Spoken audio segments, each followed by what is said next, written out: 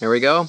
There's a finisher medal for the Cleveland North Coast 24 Hour. This is my third time there. It was my first time going there after having done 100 miles, finishing 100 miles 12 days before. Not a real smart thing. One of my runner friends, Rick Simon, said, "You know what though?" He said, you really weren't recovered from that. Maybe some elite runner could be, but not me. But he said, in a way, you kind of did a variation of a back-to-back, where when you do back-to-backs, you do a long run, and then you follow it the next day with another. Well, this was, of course, a part, but in a way, it was kind of a back-to-back, and because I found out quickly that I wasn't really as recovered as I thought. What had I done since the race? I had done my physical therapy and some walking, and not a lot of that.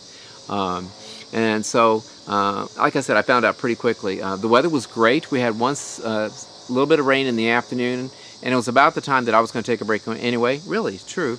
And so, and at night was clear, a little windy, but the wind started to die down. It got in the 60s. You had to be careful you didn't overdress. So I was zipping and unzipping my jacket, depending on where you are on the course, by the lake or on the other side where you could get warm, and then you could get kind of cold again.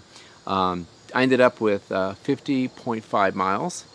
I hit that 50, and that was good enough for me. I tried to run early on, found out it wasn't to be. I couldn't really do any running, so I chose not to do that.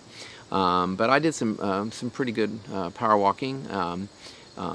Now and then I set goals for myself, and I think for mental toughness, that's probably one good thing about this particular race, was because I was still tired from the 12 days before, and so I really had to push myself. I had these mental games going, oh, you can stop at a marathon, or you can stop at 50K, and I go, no. As Laz said in Tennessee, he told me, "Sister, you can always go one more mile. You can always go one more mile." And that was in the back of my head with his crazy look on his face.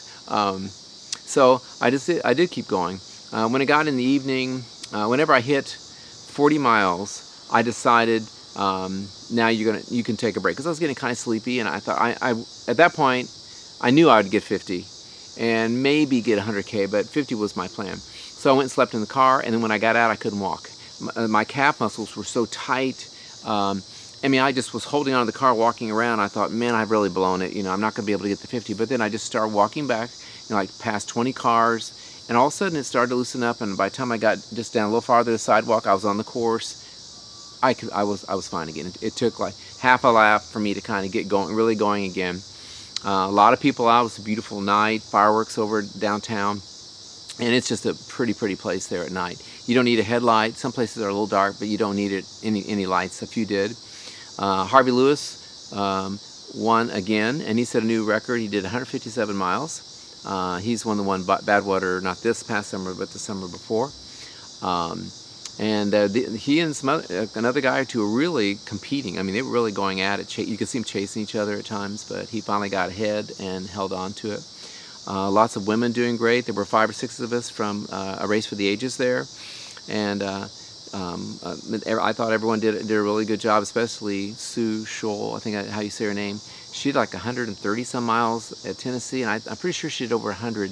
She was just prancing, man. She was moving really great, and I'm pretty sure I was there when she crossed the 100. So I know I have to go look at the list. But a lot of really good runners, and like I said, it went really well. Great weather, and it wasn't the end of the world that I was so tired. It had some dividends there for me. So 3 weeks, St. Pat's at South Bend, 3-mile loop on dirt. I got some friends coming. I haven't been there before, Sherry and Dot, so I'm excited about that, plus some other people that I know there, Tiffany and some others. And then and Barry Smoloff, who was at the race, and he was at the aid station, so we got to talk, and he's becoming a good friend. I like seeing Barry, and he's going to be at St. Pat's, so hi Barry. And Dot, of course, this is your video. And then Tunnel Hill's coming up, and I'm staying at 100 miles. My friend is just not really ready to run long distances, so I'll be doing it by myself. And my plan is to finish the 100. I really want to do that. And let's say I don't, let's see how far I can go. Now gauge how my training, where I am right now to get ready for late April for the Indiana Trail 100. But I'm going to really go after it and try to get that 100 by myself. And that's it.